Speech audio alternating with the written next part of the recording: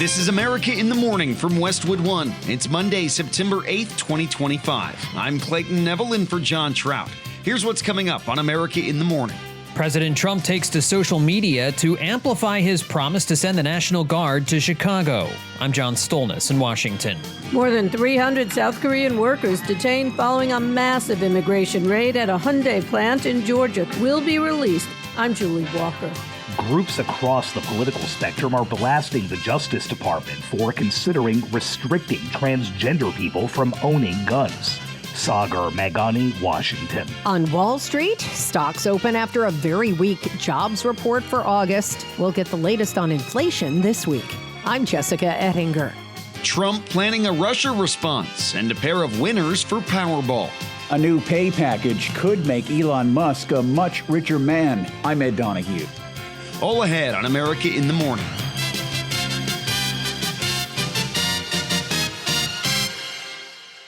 President Trump continues to discuss the possibility of sending National Guard troops to Chicago and use them in the same way he has for the last 3 weeks in Washington, D.C., despite objections from Chicago's mayor and the Illinois governor. John Stolnis has more from Washington. In a post on Truth Social, the president reposted a parody image from the 1979 Vietnam War film Apocalypse Now, featuring him as Robert Duvall's Lieutenant Colonel Kilgore, with a heading that reads, "I love the smell of deportations in the morning. Chicago is about to find out why it's called the Department of War." On Friday, the president signed an executive order to rename the Defense Department the Department of War. Critics took it as a possible declaration of war by the president on the city of Chicago, to which the president responded at the White House Sunday. We're not going to war. We're going to clean up our cities. We're going to clean them up so they don't kill 5 people every weekend. That's not war. That's common sense. Sunday night, the president did say something needs to be done to combat violent crime in that city. Chicago is a very dangerous place, and we have a governor that doesn't care about crime. I guess we could solve Chicago very quickly, but we're going to make a decision as to where we go over the next day or two. U.S. Immigration and Customs Enforcement head Tom Homan telling CNN State of the Union the president was not talking about going to war with Chicago. Look, I think it's worth being taken out of context. If I said we're going to war, we're going to war with the criminal cartels. We're going to war with illegal aliens, public safety threats that rape children, that raped citizens. However, Illinois Governor J.B. Pritzker is taking Trump's words seriously, telling MSNBC, "It's one that's been repeated over and over again by, tyrannical dictatorships across history, where you try to incite local population into some mayhem by sending in police or other disruptors, and then claim that there's too much mayhem on the ground, and therefore there must be troops that are sent in, and that's how you basically convert a democracy into something other than that." Several thousand protesters marched in D.C. over the weekend, calling the Trump administration's move there tyranny and a display of authoritarian power. John Stolnis, Washington. A deal has been reached between the United States and South Korea after immigration enforcement raided a Georgia plant that automaker Hyundai uses to make electric vehicle batteries. Correspondent Julie Walker reports that South Koreans who were taken into custody will be repatriated to their homeland, while the South Korean Minister of Foreign Affairs, speaking through an interpreter at a news conference in Seoul, took offense with the ICE raid. The U.S. Immigration and Customs Enforcement conducted a raid at the construction site of our company's battery plant in the state of Georgia, during which many of our nationals were detained. The economic activities of our companies investing in the United States and the interests of our citizens must not be unduly violated during the course of U.S. law enforcement. We also conveyed our concerns and regret through the U.S. Embassy today, urging special attention to ensure that the legitimate rights and interests of our citizens are not violated. More than 300 South Korean workers detained following a massive immigration raid at a Hyundai plant in Georgia Thursday will be released and brought home, according to the South Korean government. which plans to send a charter plane for them after brokering a deal with U.S. officials. The raid stunned many in South Korea because the country is a key U.S. ally. President Lee has called for an all-out response to the raid, saying that rights of South Korean nationals and economic activities of South Korean companies must not be unfairly infringed upon during U.S. law enforcement procedures. ICE says they detained 475 people in total when hundreds of federal agents raided Hyundai's manufacturing site. There was a majority of Korean nationals from the 475. I don't have the exact nationality breakdown for you, but we can likely get that. This operation underscores our commitment to protecting jobs for Georgians and Americans, ensuring a level playing field for businesses that comply with the law. I'm Julie Walker. The top stories of the day sponsored by Sleep Number. It's the biggest sale of the year. All beds on sale. Limited time only at a Sleep Number store or sleepnumber.com. The U.S. promising to ramp up the pressure on Russia. So what exactly would that look like? We'll talk about it when America in the Morning returns after this.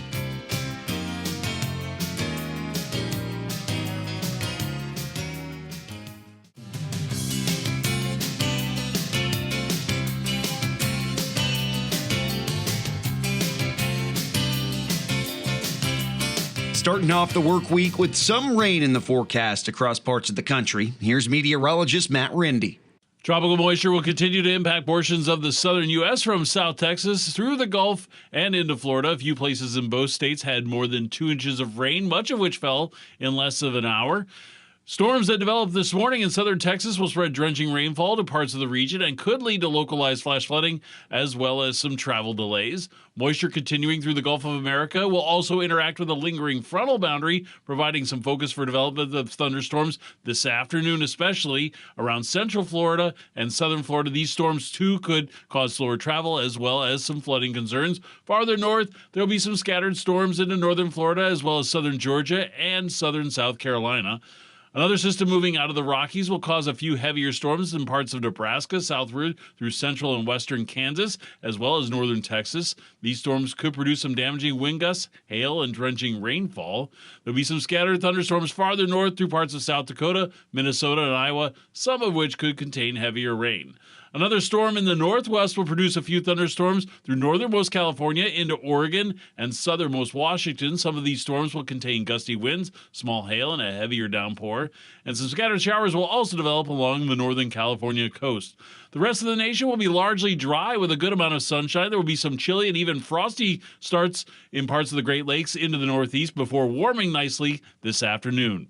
That's the weather across America. Lincoln, Nebraska will have a mixture of clouds and sun today with a heavy gusty thunderstorm in the afternoon and a high of 75. Richmond, Virginia will have plenty of sunshine today and a high of 77. That's the nation's weather. I'm AccuWeather.com meteorologist Matt Rindy. Remember to follow us everywhere you get your podcasts. You can listen on your preferred platform. Just search America in the Morning in your favorite listening app. The Trump administration says it's ready to ramp up pressure on Russia to end that country's ongoing attacks on Ukraine. The president calls what'll happen next phase 2 on tariffs and sanctions.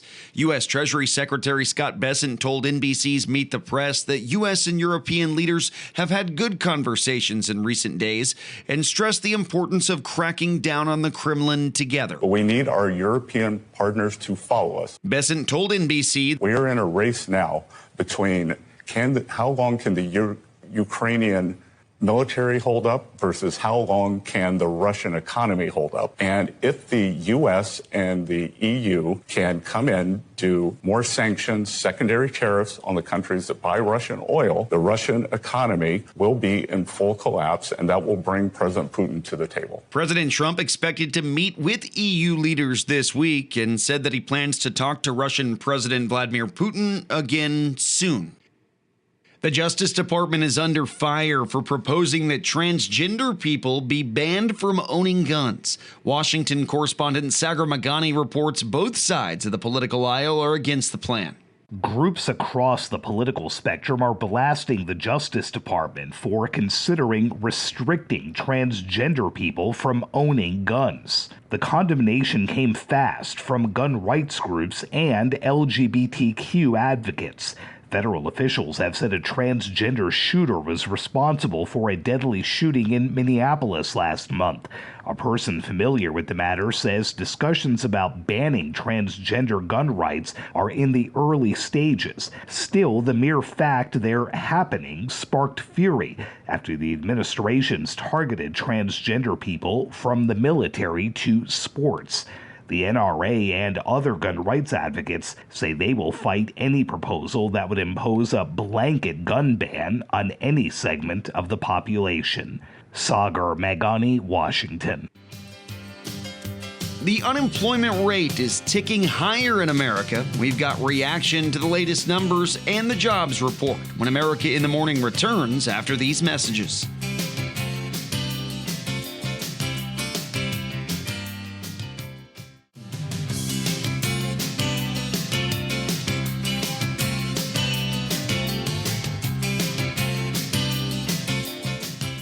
Here's CNBC's Jessica Ettinger with Monday Business.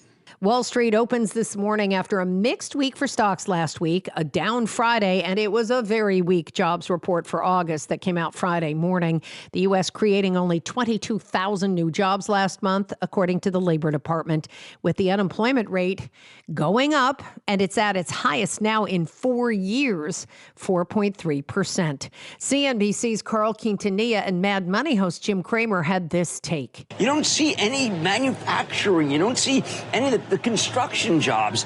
Manufacturing lost 12. And year to date, Jim, we've lost 78,000 manufacturing jobs this year. It's astounding. We're not seeing what I would have thought would be just a gigantic resource explosion. We're not seeing any pickup in oil and gas. I mean, nothing is picking up because we should just be like, I don't know.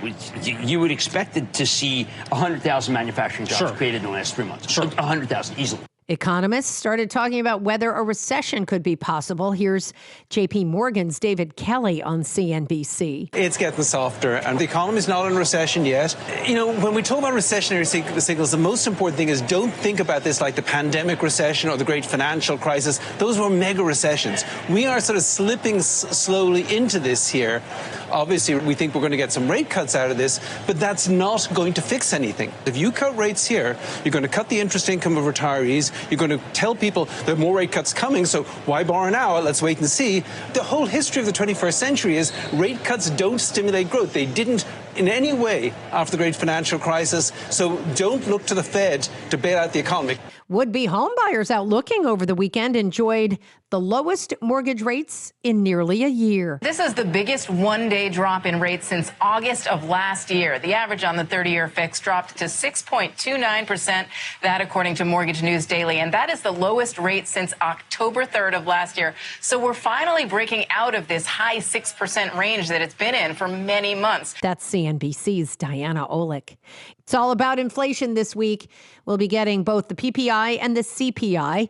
Producer Price Index measures inflation at the wholesale level, CPI at the consumer level. The CPI will be out Thursday morning. The U.S. will mark 24 years since the 9/11 terrorist attacks. That happens on Thursday. Today's watch list includes the newest data on consumer credit, including credit card delinquencies, which some investors are watching carefully. And McDonald's today has extra value meals back on menus as consumers struggle with rising inflation. The Powerball jackpot pays off. We'll tell you who won the big bucks and where when America in the Morning returns. Don't go anywhere.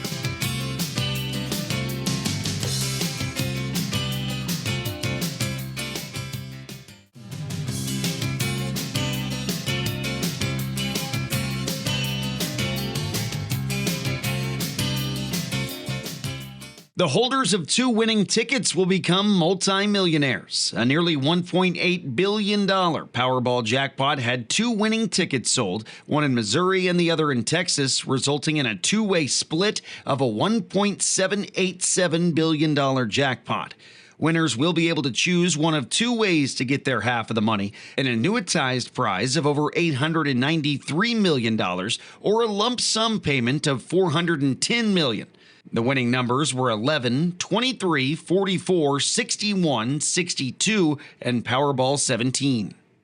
The official West Point Alumni Association has canceled an awards ceremony later this month for veterans advocate and actor Tom Hanks. Hanks, who's known for military movies like Saving Private Ryan and Forrest Gump, has criticized President Trump in the past and supported former President Biden in the 2024 election. Hanks, who received the Presidential Medal of Freedom from former President Barack Obama back in 2016, has been criticized by Trump supporters for his portrayal of a MAGA character on Saturday Night Live. He's already the world's richest man with an estimated net worth of over $400 million. While correspondent Ed Donahue reports it won't be easy, Elon Musk could become the first trillion-dollar man. A new pay package could make Elon Musk a much richer man. In a regulatory filing, Tesla says if approved by shareholders, Musk would be handed shares worth as much as 12% of the company in a dozen separate packages if the electric car maker meets certain performance targets, including massive increases in car production, share prices, and operating profit. It could make Musk the first trillion-dollar executive. The payoff is in shares and not cash. Those goals are extreme. In one case, Musk would have to convince investors in the stock market Tesla is worth $2 trillion in total, double what they value it today. I'm Ed Donahue. America in the Morning for Monday, September 8th, 2025 is produced by Jeff McKay. I'm Clayton Neville in for John Trout, and this is Westwood One. This is America in the Morning from Westwood One. I'm Clayton Neville in for John Trout. Here's what's coming up this half hour. RFK fires back after his tense Senate hearing. They're at the theater. I'm Rich Johnson. Protesting ICE and the National Guard, Trump offers a truce to Israel and Hamas, and a hurricane heading to Hawaii is weakening. Rand Paul goes public with his opposition to the Venezuelan boat strike. I'm Katie Clark with details. The Trump administration is taking its immigration crackdown to health care. I'm Jennifer King. Horror movies are having a heyday in theaters, even if it's a little early for Halloween. I'm Kevin Carr. This year's Song of the Summer is mellower than songs from previous summers. I'm Ed Donahue. We'll be right back.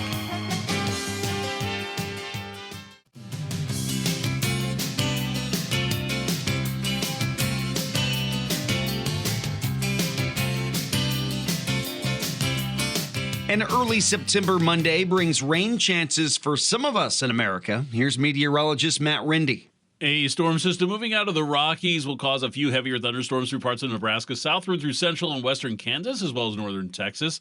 These storms could produce some damaging wind gusts, hail, and drenching rainfall. This same system will also cause some scattered thunderstorms farther north through parts of South Dakota, Minnesota, and Iowa. Some of those, too, could contain some heavier rain. Another system in the northwest will produce a few thunderstorms through northernmost California into Oregon and southernmost Washington. A few of those storms could contain gusty winds, small hail, and a heavier downpour. And we'll have some scattered showers also from that same system developing along the northern California coast. Tropical moisture will continue to impact the southern U.S. from South Texas through the Gulf and into Florida. Few places in both states had more than 2 inches of rain, some of which fell in less than an hour. And that storms that developed this morning in southern Texas will spread drenching rainfall to parts of the region and could lead to some localized flash flooding as well as some travel delays. That moisture will continue through the Gulf of America and interact with a lingering frontal boundary, producing some focus for development of thunderstorms, especially during the afternoon hours around central and southern Florida. And these storms could also lead to some travel delays as well as flooding concerns. Farther north, there will be some more scattered afternoon thunderstorms through northern Florida into southern Georgia as well as southern South Carolina. The rest of the nation is going to be largely dry with a good deal of sunshine. There will be a chilly start, even frosty starts in parts of the Great Lakes into the northeast before warming nicely this afternoon. Though afternoon temperatures will still run several degrees below the historical average with highs in the 60s and 70s. It will warm into the 70s and 80s through the Ohio Valley, into the Mid-Atlantic, and southward into the southeast. That's the nation's weather. I'm AccuWeather.com meteorologist Matt Rindy. Remember to follow us everywhere you get your podcasts. Follow and listen on your favorite platform. Just search for America in the Morning in your favorite listening app. There were protests over the weekend in cities like Boston, New York, and Washington, D.C. over the Trump administration's use of the National Guard to stem crime and immigration officers searching for illegal immigrants. Correspondent Julie Walker reports that the loudest demonstrations were in Chicago, where President Trump is threatening the Windy City over high crime and murder rates. President Trump Sunday defending his social media post using the movie Apocalypse Now to illustrate Chicago and writing, "I love the smell of deportations in the morning." Do you know how many people were killed in Chicago last weekend? 8. You know how many people were killed in Chicago the week before? 7. You know how many people were wounded? 74 people were wounded. You think there's worse than that? I don't think so. Chicago about to find out why it's called the Department of War. We're not going to war. We're going to clean up our cities. We're going to clean them up so they don't kill 5 people every weekend. That's not war. That's common sense. Trump's border czar Tom Homan Sunday telling CNN federal law enforcement action will come to Chicago this week, also promising more major raids like the one at a Hyundai plant in Georgia that angered South Korea. Meanwhile, Illinois Democrats speaking out. Know your rights. Film things that you see happening in your neighborhoods and your streets and share them with the news media. Authoritarians thrive on your silence. Be loud for America. Governor J.D. Pritzker calling Trump a wannabe dictator. This is exactly the type of overreach that our country's founders warned against. And it's the reason that they established a federal system with a separation of powers built on checks and balances. What President Trump is doing is unprecedented and unwarranted. It is illegal. It is unconstitutional. It is un-American. And Senator Tammy Duckworth saying Trump declared war on a major city.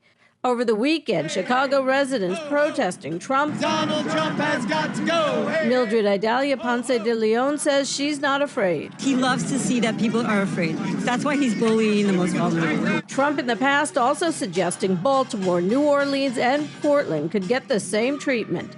I'm Julie Walker. As fighting rages in the Middle East, President Trump believes a peace deal between the Palestinian militant group Hamas and Israel can be made soon. In fact, that's exactly what President Trump told reporters when speaking to them outside Air Force One. I think we're going to have a deal on Gaza very soon. This as overall violence in the Middle East continues. Over the weekend, a drone fired by Yemen's Houthi rebels breached Israel's southern airport. That strike believed to be in retaliation to Israeli strikes on Yemen's capital that killed the Houthi prime minister and other top officials. That attack significantly escalated the war in the region. It's a hell of a problem. Again, it's a problem we want to solve for the Middle East, for Israel, for everybody. But it's a problem we're going to get done. In a social media post, President Trump issued what he called his last warning to Hamas, urging the Palestinian militant group to accept a deal to release hostages from Gaza. So they have hostages. It could be a little bit less than 20 because they tend to die, right? They tend to die, even though they're young people largely. They're dying. Young people don't die. Young people stay alive. But with this whole thing, they tend to die. But we have, let's say, 20 people, and we have about 38 bodies. Bodies, meaning bodies. According to Trump, the Israelis have accepted his terms for a peace deal. He said online it's now time for Hamas to accept. When asked if he thinks the group will, the president said, I think we're going to get them all. In a statement, Hamas said it was discussing with mediators ways to develop ideas offered by the U.S. and said it would be open to releasing hostages in exchange for the announcement of a clear end to the war. Reportedly, the proposed deal would see Hamas free all remaining hostages on the first day of the truce in exchange for the release of thousands of Palestinian prisoners jailed in Israel. The calls for Health and Human Services Secretary Robert F. Kennedy Jr. to resign got louder over the weekend, but Kennedy took time to fire back. Details from correspondent Rich Johnson. Kennedy says he's learned something about congressional hearings. I've come to realize that those hearings are performative. They're theater. There were plenty of theatrics at last week's Senate Finance Committee hearing, which was supposed to be about vaccines, but morphed into bipartisan calls for Kennedy to go. Appearing on Fox and Friends Sunday, Kennedy said it was never about what he had to say. They don't want to hear the answers to the questions that they ask me. They want to make a little speech and then shut me down. On the subject of vaccines, one of Kennedy's defenders, Kansas Republican Senator Roger Marshall, who is a doctor, said this about Kennedy's opposition to mandatory shots. I've raised money for polio vaccinations. The MMR is a great vaccine. It saved thousands of lives. Vaccines overall have saved hundreds of millions of lives, but not every person needs every vaccine, and we just want to empower parents and the doctors to make great decisions. Marshall's comment courtesy of CBS. Speaking of decisions, one of Kennedy's longtime friends has applauded the secretary for wanting an approach to medicine that went beyond pills and surgeries. Finally, we have a guy in there who cares about this stuff, but he's also just nutty. He's just too... Bill Maher on his HBO and CNN show said Kennedy's goal of disrupting the CDC may be worthy. But to fire all 17 of the top people, now you don't have that voice in there at all. You just have your voice. It's just, he's got to go. Some prominent members of Kennedy's family, including sister Carrie Kennedy, have called for him to resign. Nephew Joseph P. Kennedy posted on X, his uncle is a threat to the health and well-being of every American. And New Jersey Democrat Senator Cory Booker said it's about more than just Kennedy. He's not happy with every Trump cabinet member who's making America less healthy. All of them should be stepping down, especially those that are part of an agency that should be protecting Americans' health. So you're saying, yes, he should step down? Yes. Booker with NBC's Kristen Welker, referring to Kennedy. I'm Richard Johnson. A high-profile Republican going after the vice president. What did they say? We'll find out when America in the Morning returns after this.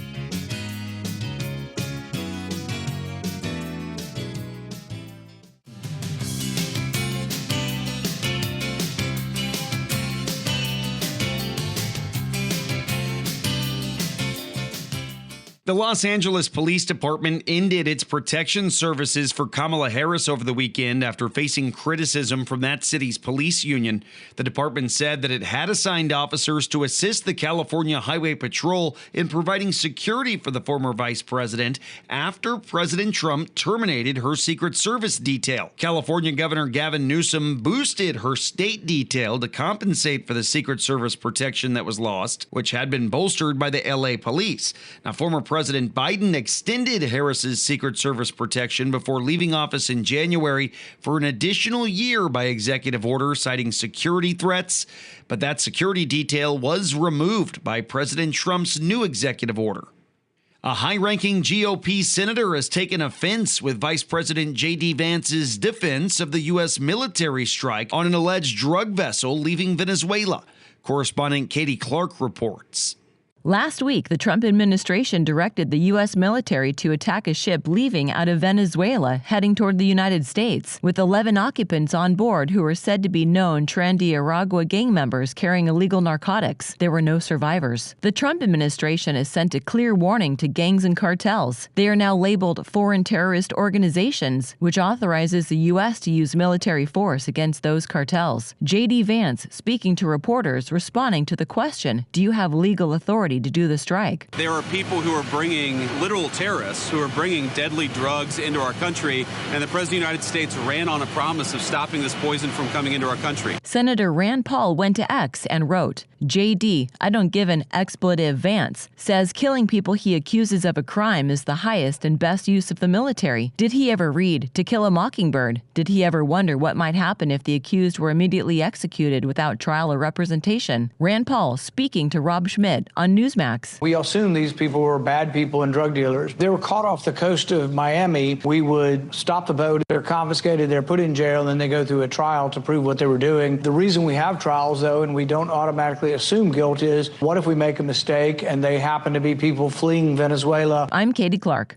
Hawaii may be dodging a bullet as Hurricane Kiko, which several days ago was expected to slam directly into the islands, is now veering slightly to the north. Kiko remains a strong Category 4 storm, but the change in direction and an expectation that winds will weaken means the Big Island will get extremely dangerous surf and heavy rain, but winds will only be tropical storm force.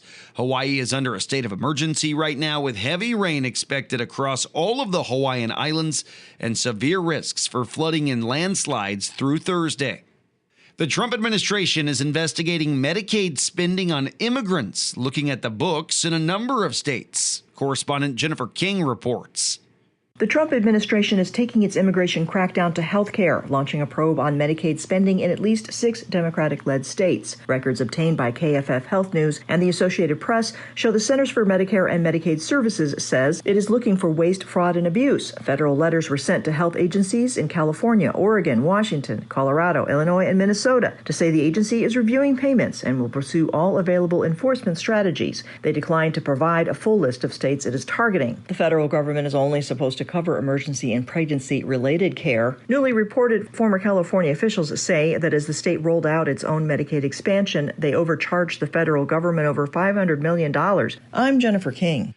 Today marks the anniversary of the premiere episode of the original Star Trek series, and our tech correspondent Chuck Palm has a list of tech inspired by Trek on today's Tech Report. Today is Star Trek Day, and it's officially the anniversary, marking the date of the first 5-year mission launch on September 8th, making it officially the longest-running sci-fi franchise ever. But it also marks another important star date. It has also inspired the most innovations that went from science fiction to science fact. I've compiled a list of the innovations that the show directly inspired real-life technology. Many of you may remember the Motorola flip phone obvious communicator. What you may not know is that warp drive and beaming technology are now being experimented with. 3D printing has proven to be the early stages of a replicator device. Personal access data devices, or data pads, are essentially today's tablets. Even Alexa will let you rename it Computer based on the Star Trek series The Next Generation. And at least one company has licensed the name Tricorder to be used as a handheld medical recording instrument. And let's not forget Uhura's Bluetooth headset. And of course, there's visor technology, diagnostic beds, teleconferencing, real-time universal translators, portable memory devices, transparent aluminum. I'm tech correspondent Chuck Palm. Robert Workman has sports. The first Sunday of the NFL season, the game of the day, was last night. The Bills rallied from down 15 with 4 minutes to play, upending the Ravens 41-40. Reigning MVP Josh Allen threw for 2 touchdowns and ran in 2 more in the fourth, then set up Matt Prater for the winning field goal as time ran out. The veteran kicker just elevated from the practice squad before the game. Another old pro, Aaron Rodgers, fired 4 scoring passes as the Steelers outlasted the Jets 34-32. Buccaneers edged the Falcons 23-20. Baker Mayfield had 3 TD passes, 2 to Emeka Egbuka, the latter of those with a minute to play. Really, we were looking to go down and score. It wasn't about getting a field goal to tie it overtime. We were looking to go score, and, obviously Emeka did a great job finishing it. Colts trampled the Dolphins for their first opening day win since 2013. Raiders down the Patriots 2013 in Pete Carroll's first game as their head coach. Jaguars zoomed past the Panthers 26-10 in Liam Cohen's first game as a head coach anywhere. Wins for the Commanders, Bengals, Cardinals, Broncos, 49ers, Packers, and Rams. Tonight it's the Vikings and the Bears on Monday Night Football. Baseball, Cal Raleigh hit his league-leading 53rd home run, one of 5 Seattle shots on the day as the Mariners bombarded the Braves 18-2. Seattle holding on to that last AL wildcard with 3 weeks to play. All 3 AL division leaders lost. White Sox trimmed the Tigers, Rangers got by the Astros, and the Yankees held off the Blue Jays. NL leaders, the Brewers pounded the Pirates, Dodgers over the Orioles, 2 taters for Shohei Ohtani. That gives him 48 on the season. The East leading Phillies lost to the Marlins. At the U.S. Open men's final, Carlos Alcaraz knocked off defending champion Jannik Sinner in 4 sets, and in the process reclaimed the #1 ranking in the world. Women's #1, Aryna Sabalenka, made it back-to-back Open titles on Saturday. That's Monday Sports. And as the summer winds down, what song did you hear the most over the last few months? We'll bring you 2025's top summer songs when America in the Morning returns after these messages.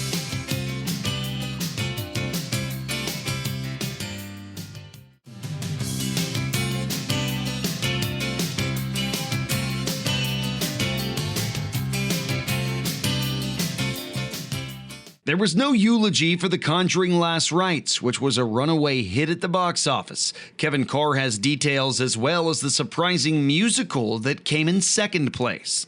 It was another scary weekend at the box office. It's real! It might have seemed like just another installment in a 12-year-old franchise, but The Conjuring Last Rites surpassed expectations. Once we start, there's no going back.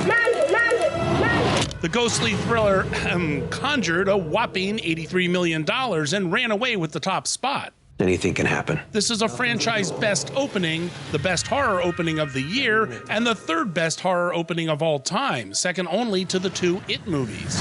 What's your name, man? Alexander Hamilton. In a distant second place was Disney's theatrical release of the film version of the Hamilton Broadway musical. This $10 million opening for a limited 1-week engagement ain't bad for something that's been available on Disney Plus for 5 years. I don't understand at all. Where are our children? In third place was another Warner Brothers horror phenom, Weapons, with $5.4 million. Oh my God! What was that? Oh no, not again. Next, it was Disney's millennial reboot, Freakier Friday, coming in fourth with $3.8 million. These guys you messed up with, they're scary monsters. And finally, Darren Aronofsky's Caught Stealing nicked $3.2 million for fifth place, a significant drop from last week. I'm Kevin Carr. The Beach Boys were always good for a summer season hit song, and since then there's always been a summertime favorite that reached the top of the charts, like Fleetwood Mac's Everywhere, Madonna's Holiday, and Love Shack from the B-52s. Correspondent Ed Donahue reports on the summer of 2025's top songs. This year's Song of the Summer is mellower than songs from previous summers. Billboard started its weekly Song of the Summer chart in 2010. Number 1 then, Katy Perry's California Girls. Even last year's summer song. Post Malone and Morgan Wallen's I Had Some Help had a buzzing energy. This summer, for the past 14 weeks and counting, the top spot has been held by a love ballad, Alex Warren's Ordinary. I take one look at you, you're taking me out of the ordinary. One reason Ordinary has done so well is a lack of competition. There were very few new songs on the chart. Also, music psychologist Ray Leone says there seems to be chaos every day, no matter where you look. And to counter that, people are using music to look more inward. I'm Ed Donahue. America in the Morning for Monday, September 8th, 2025 is produced by Jeff McKay. I'm Clayton Neville in for John Trout, and this is Westwood One.